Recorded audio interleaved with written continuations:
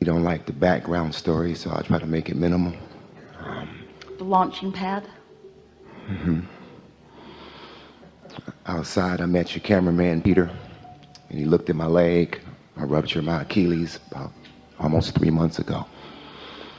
And I told him, I said, it's amazing how one small thing can be a catalyst for so much change in your life. Yeah. I'm a father of 3 beautiful daughters, one 30, and my 2 youngest are 10 and 11 years old. My daughters and my wife are my everything. There's some of your things. They're at the top of the list. Yeah. But I've neglected my own happiness and my own inner being. Everybody does. It's all right. Probably been sleepwalking for 15 years. Doesn't matter. Nope.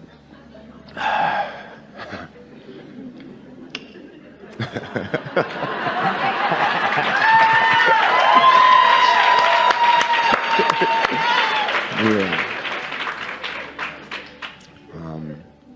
Okay, let's get to it. So, I've been married for 13 years. Currently, I'm sleeping on a friend's couch. I found out that my wife has been unfaithful to me, and I behaved in a manner that's not acceptable toward her when I found this out.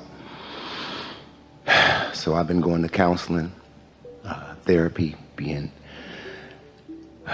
ministered to by 2 ordained ministers, and listening to you on a daily basis. My challenge is my temper, which is rooted in your desire. Okay. My temper is rooted in my desire because I care in big ways. And when I look in opposition to what I care about, it's rough.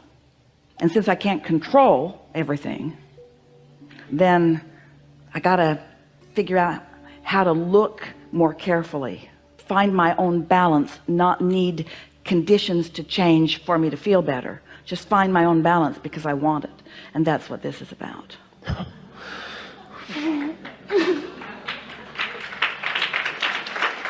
Hard to balance on one foot, isn't it? Oh, man.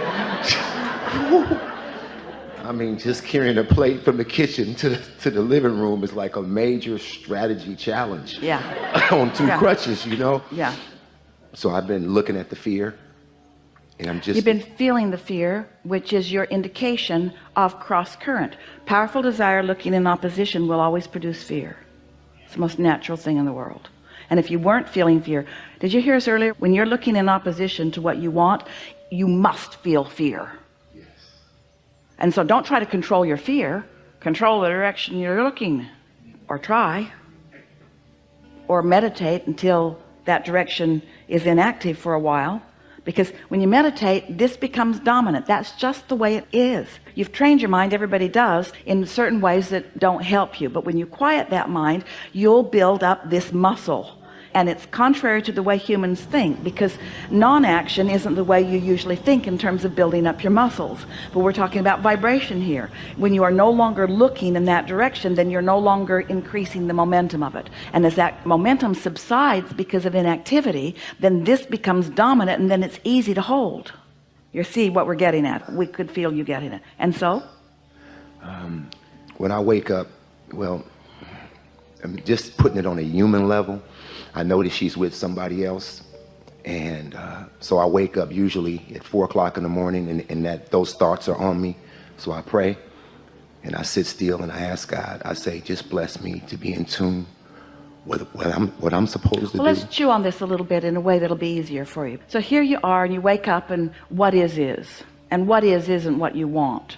But what is, you said, I'm human. What is this human condition that doesn't please you? But it's not all of what is. Just like what we said to you early, is some of everything to you, but it's not everything of everything to you. But what is everything is this vortexual version, this vibrational version, where all the hurts caused mending, and all the anger caused stronger desire, all the hate caused love. That's just the way that it works. You have this vibrational reality that is more real than the realness that you're imagining back there. Yes. And this is all we're asking you to find harmony with. We're not asking you to look over there and understand it and like it and explain how you got there. We're not asking for any information about that, because as we said, and you felt in the most profound way, it doesn't matter.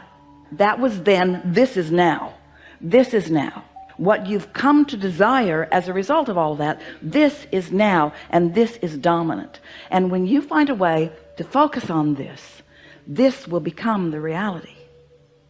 When you nurture this by not doing that thing you do that doesn't let it be nurtured, you don't have to nurture it, you just have to stop doing that thing that doesn't let you realize it. Can you feel the difference in that? Then what happens is it morphs, it becomes, you witness it happening, and it becomes reality. That's how things are created. But you have to, and it's not easy, you have to ignore what you think is, because what you think is isn't. What you think is was. Everything that's manifested is old news. This is where all the action is, and this is where you want to give your attention. And when you pray to what you call God, that's where that consciousness is focused, not over there. Not asking you to forgive yourself. Do you know, to forgive yourself, you got to look back at that and you got to feel bad about it. That's contrary to alignment. You've already done that, and this is here, you see. And so can't think your way there, but you cannot think your way there. Can't think your way there. There's too much there. There's too much there that's active and vivid, and too many people telling the story. You can't think your way out of that, but you can not think your way out of that. Ooh, hear that? Central air.